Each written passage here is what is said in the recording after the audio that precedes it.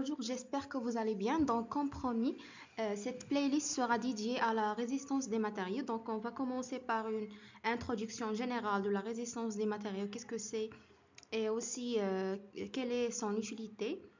Et après, passer aux hypothèses liées aux matériaux en résistance des matériaux et aussi les hypothèses à appliquer à vérifier, pardon, avant d'appliquer les lois de la résistance des matériaux. Et enfin, parler des liaisons élémentaires et aussi des sollicitations générales, qui sont par exemple la traction, compression, flexion, etc., cisaillement, flambement. Voilà, et finir par des exercices pratiques pour bien maîtriser les calculs en résistance des matériaux. Donc, premièrement, qu'est-ce que c'est que la résistance des matériaux? Donc, c'est un domaine, c'est un sous-domaine de la mécanique qui permet d'évaluer la capacité d'un matériau ou un système à supporter certaines charges. Bien sûr, sans se rompre ou se déformer de manière excessive. Par exemple, en génie civil, lors de la phase de dimensionnement d'un bâtiment, par exemple, avant de commencer la construction, il faut bien sûr faire le dimensionnement des matériaux et qu'il faut utiliser, qu'ils seront capables de supporter les charges sur ce bâtiment. Aussi, par exemple, en mécanique, pour un arbre moteur, par exemple, on fait une étude pour voir, pour dimensionner cet arbre moteur, pour voir qu'il est capable de supporter les charges prédéfinies. D'accord, donc la résistance des matériaux c'est une discipline qui est utilisée partout et qui est importante dans la phase de dimensionnement ou bien dans la phase de vérification, par exemple, pour vérifier si tout va bien, etc. Avant d'aller plus loin, donc on va parler de la notion de poutre. Donc, pour la résistance des matériaux, elle est basée sur un modèle qui s'appelle poutre. Donc, les différentes lois appliquées ne sont valables que pour un modèle qui s'appelle poutre. Elle est Ce modèle doit respecter certaines conditions. Donc, comme vous voyez sur l'écran, le L, elle doit être très supérieure devant le max de L1, L2, avec les L1, L2, par exemple, si j'ai une section ici rectangulaire, L1, L2, donc le L doit être très supérieur devant le max de ces deux. Par exemple, si L1 c'est le plus supérieur, donc L doit être supérieur à L2. Et de même, si le L1 est supérieur à L2, donc L doit être supérieur à L1. Et supérieur, ça veut dire que elle est 5 fois supérieure à L1. Donc, si L sur L2 ou bien L1, donc je vais écrire max de L1, L2 égale à 1 cinquième, pardon, égale à 5, égale à 5. Donc, ça veut dire que la condition, elle est vérifiée. Deuxièmement, on doit avoir un faible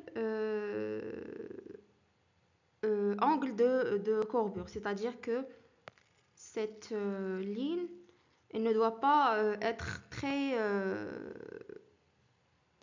elle doit être plus ou moins rectiligne, je vais dire. Et aussi la section qui est ici, il doit être faiblement constant, c'est-à-dire par exemple une poutre qui est comme ça par exemple, ça c'est une poutre avec une section variable. Voilà, ça c'est concernant la notion de poutre et les conditions à vérifier. Donc on a trois. L'une elle est liée à la fibre moyenne, ça c'est la fibre moyenne, elle s'appelle fibre moyenne. Donc on a dit L doit être supérieur au max de L1, L2. Deuxième condition, on doit avoir une faible courbure.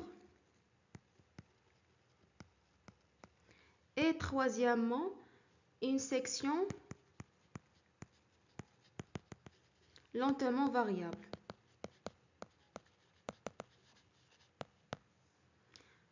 Voilà, on va passer aux conditions liées aux matériaux de cette poutre. Donc, dorénavant, le système à étudier en RDM, c'est une poutre. Donc, on a déjà défini le système. On passe aux matériaux qui va être utilisé pour fabriquer cette poutre. La première hypothèse qu'il faut prendre en compte, c'est l'homogénéité.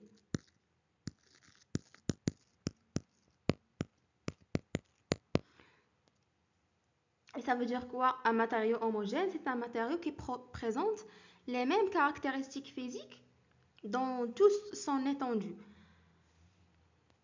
Et quand je parle de propriétés physiques, je vais dire par exemple la conductivité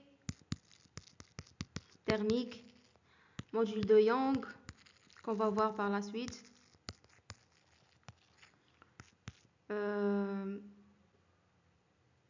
Conductivité électrique.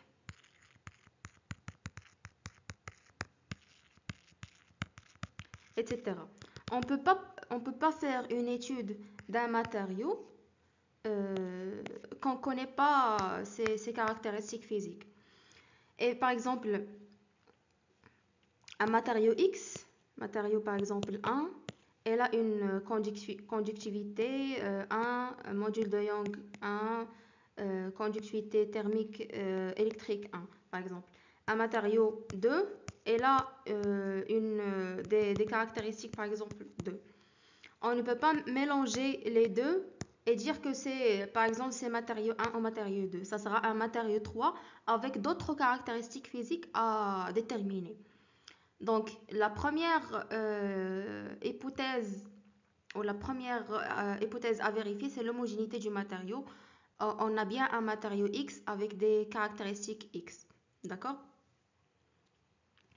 Et quand on parle d'un matériau homogène, on dit un matériau homogène à une certaine échelle. C'est-à-dire, si on zoome de manière infinie le matériau, on va trouver que c'est hétérogène. Il est constitué de plusieurs matériaux. Mais en gros, un matériau homogène à une certaine échelle, ça suffit. Et pour les exercices que vous allez avoir, il suffit de dire c'est un matériau homogène et ça suffit.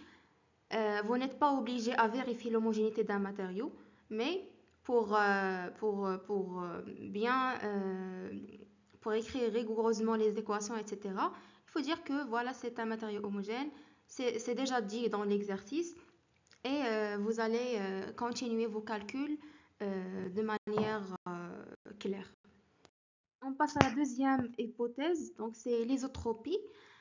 Un matériau isotrope, c'est-à-dire qu'il présente les mêmes propriétés physiques dans toutes les directions. Par exemple, le courant électrique, il va circuler de la même manière dans toutes les directions. Par exemple, dans ce cas, pour ce cas-là, le courant électrique dans ce cas ou dans ce cas, il va circuler de la même manière. Mais par exemple, ce modèle-là, il ne va pas circuler de la même manière dans ces deux sens. Mais voilà, mais ce matériau, il est homogène. Il contient il a les mêmes caractéristiques physiques. Mais ces caractéristiques physiques ne sont pas mesurées dans toutes les directions de manière... elles ne sont pas égales dans toutes les directions. Voilà donc la différence entre un matériau isotrope et un matériau homogène. Donc, dans ces cas de figure, Vous pouvez voir les matériaux homogènes, c'est B et C, et hétérogènes, c'est D. Vous avez deux zones différentes. Et le modèle A qui est un matériau isotrope. Ensuite, on a l'élasticité. L'élasticité, ça veut dire que le matériau élastique veut dire que il va retrouver sa forme initiale après avoir subi un effort. Par exemple, dans cet exemple, le matériau va subir une charge, il va se déformer juste après